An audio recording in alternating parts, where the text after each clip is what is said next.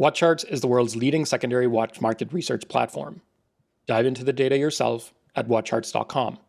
36 references, 16 brands, watches costing 3 figures to 6 figures, all ranked by their value retention. You liked our value retention tier list for dive watches, and so we're back with even more watches in the chronograph category. And again, just like the dive watch tier list, everything is currently in production, and the value retention percentage is expressed as a percentage above or below the retail price, given the current market price for the watch. As I just said, we'll cover 36 different watches from 16 brands and run through that list alphabetically. So let's get started. We'll kick things off with the Lange Sohne 1815 chronograph, reference 414.028.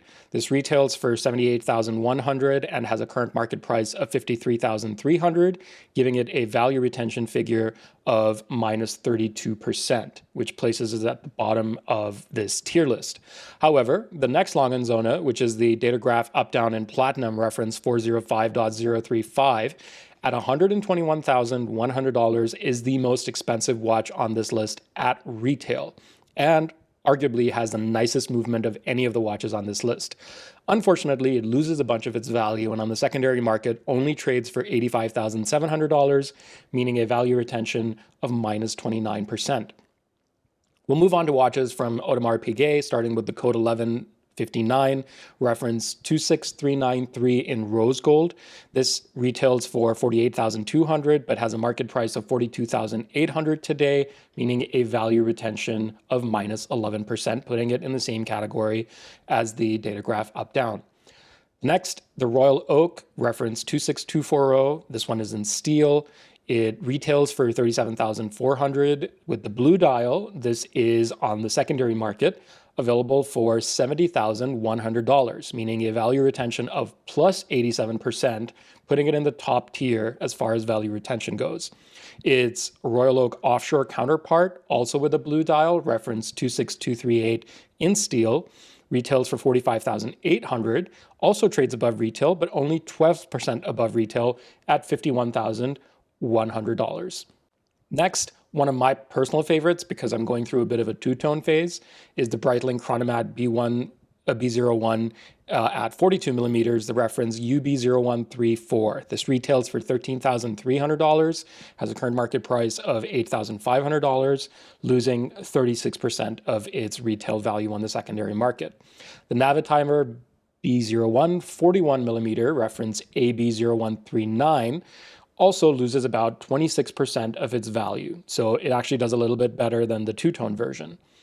The next Breitling is the Premier Heritage B0940. So we're going slightly smaller in sizes as we progress through the list of Breitlings. Has a retail price of $8,750, market price of $5,700. And so unfortunately, this also ends at the bottom of the tier list when it comes to value retention, losing 35% of its retail value. Up next is the Breitling Professional. These are a sporty line of chronographs from Breitling.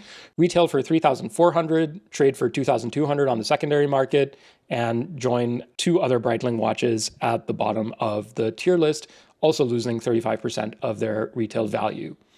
Up next is the Bulgari Octo Finissimo, reference 103068 in titanium, retailing for $19,300 and trading on the secondary market for $15,000, losing 22% of its retail value. However, the really cool thing about this watch is that it is, to the best of my knowledge, still the thinnest automatic movement chronograph available on the market to buy today. And as a bonus, one of the subdials is actually a GMT indicator for 24 time zones and is adjustable with a pusher on the left side of the case. Pretty cool watch. That's followed up by the Girard Perregaux Laureato with a long reference that I'm not going to read out, but retails for $18,600 and trades for $11,900. That's a pretty steep discount, putting it again at the bottom of the list. It's going to be beaten just a little bit by the Grand Seiko Evolution 9 series reference SBGC 251, which retails for $11,400, goes on the secondary market for about $8,200, and only loses 28% of its retail value.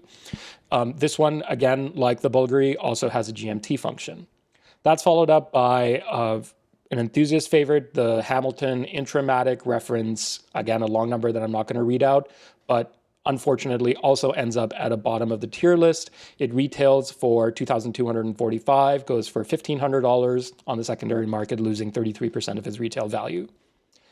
Follow that up by one of the greatest hype watches, certainly of the last 18 months, the Moon Swatch. In this instance, the Mission to the Moon retails for $260, but is somehow still selling above retail, even though there's been more than 1 million of these watches made.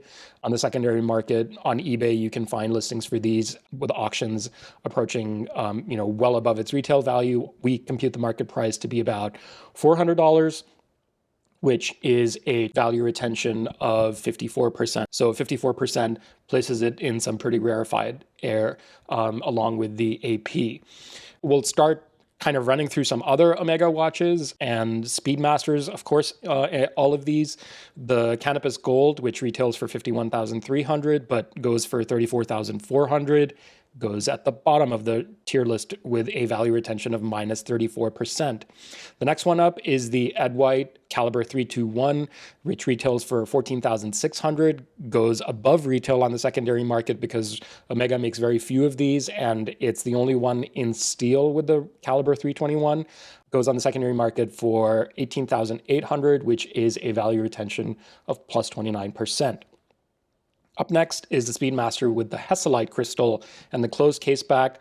Retails for $6,600, goes for $5,200. That's a loss of 21% over its retail value. But for my money, I think is arguably the best value for money chronograph on this list. Not least because it is the one that has probably the best pedigree and the best heritage because of its association with the moon landings from the Apollo program. This is, in steel, the closest, arguably in some ways, to the watches that actually went to the moon. In terms of their pricing, also, they're still sort of not necessarily classed as luxury watches. They're still sort of at the sub $10,000 price point. And so, yes, they are luxury watches. They do cost thousands of dollars, but certainly on the secondary market for the amount of money that you would pay for one, represent a better value, in my opinion, than anything else on this list. The sapphire version of these, which honestly for me is, I'm not going to share too much about how I feel about these because I don't like them that much. Retail for $7,600, go for $6,000. And so an identical value retention figure of minus 21% as the Hesalite. If you want this in full gold, in Sedna gold, which is Omega's proprietary alloy of red gold, retails for $39,400, loses 26% of its value, goes for $29,200 on the secondary market. And then the last one from Omega, which is the biggest hype one in steel, but the Silver Snoopy that has a pretty cool case back, retails for $10,000, goes for more than double that for, again, a chart-topping value retention figure of 106%. The next watch is actually the single highest value retention figure on this list, the Patek Philippe Aquanaut reference 5968A, which retails for $55,000, goes on the market for $140,600 with a chart-topping value retention, even within the S tier, of 156%. Patek, of course, makes other chronographs as well, including some that are grand complications where the chronograph is accompanied by a perpetual calendar, or is a rattrapant or a split-second chronograph, or any other number of sort of complications attached with it. But here we're just looking at the 5172G. Salmon dial goes for $82,800 and trades at a discount of 14%, placing it again with a bunch of the other watches down in the B category. The last one from Patek is a Nautilus 5980/1R. This is the full gold with the bracelet, retails for $108,820 and goes on the secondary market for $202,000. Next up, we have two watches from Rolex where we're cheating a little bit because we're talking about the previous generation discontinued Daytonas in both platinum 116506 and steel 116500. And the reason we're cheating by including these, even though they're no longer in production, is because the new 126506 and 126500, platinum and steel respectively, are not quite out on the secondary market yet. I tried looking for listings on eBay, on Chrono24, on forums. There's nothing available yet. These watches trade at premiums of 44% and 103% respectively, meaning the platinum ends up in the A tier and the steel ends up in the S tier. Again, these are discontinued watches included here just for reference because the Daytona is arguably one of the most popular chronographs, if not one of the most popular watches, period, in the world. And so I think we would have received a lot of comments if we hadn't included these. But just remember, even though they are on this list, they are discontinued. And so the value retention figures are somewhat meaningless because you cannot buy these watches at retail any longer. We'll go really far down the price point range to a Seiko next. The Prospect Speed Timer reference SSC 813 retails for $675, goes for $400 on the secondary market, which unfortunately places it at the bottom of the tier list. Next, we'll look at TAG, which is another brand because of its associations with motorsport, makes a lot of chronographs, makes some iconic chronographs. My personal favorite, which is the Camaro, which is no longer in production, unfortunately, is not one of the watches on this list. We'll start with a Carrera reference, CBN 2A1B, which goes for $6,400 on the primary market, retails for just $3,300, placing it pretty far down the value retention tier list. The next one, the Formula One Caliber 16 reference CAZ 2012, retails for $3,600. Again, loses 53% of its retail value, which I believe is the worst performing watch on this list, ends up at the bottom with a market price of just $1,700. Next up are two Monaco references, one which is the standard with a blue dial, and then the other one which has the special Gulf livery. These retail for $7,500 and $7,800 respectively, trade on the secondary market for $4,700 and $5,600 respectively, which means the standard Monaco ends up at the bottom of the list, but the Gulf livery actually jumps up one grade, losing only 28% of its retail value. Another fan favorite, certainly in the last couple of years, is the Tissot PRX. They also make a chronograph, which retails for $1,825 and loses just 29% of its value, trading for $1,300 on the secondary market and sneaking into the B tier. And so we're almost at the end of the list now. We'll go to Tudor next. The Black Bay chronograph retails for $5,450. The reference 79360N goes on the secondary market for $4,500, which means a value retention loss of 17%. And here again, Tudor, sort of all watches from Tudor, certainly in the Black Bay family, seem to have followed the general trend of being announced, being available on the secondary market with a slight premium shortly after being released. But as more and more inventory comes online and trickles out onto the secondary market, these watches start trading at a little bit of a discount. In this instance, a discount of 17%. We'll move on from Tudor to Vacheron Constantin and first look at the historic Corne de Vache in steel, which retails for $47,600, goes on the secondary market for $33,700, losing 29% of its value. For me, this is arguably the nicest chronograph on this list for less than $50,000. The finishing on the dial, the proportions, the size, the lugs, the movement finishing when you turn it over, even the quality of the strap, every single thing about this watch. I don't think there's another watch on this list under $50,000 that does as good a job of being a luxury, hand-wound, high-end, mechanical chronograph as well as this watch does. And so if I were going to get something from this list for less than $50,000, this is the one that I would put my money down for.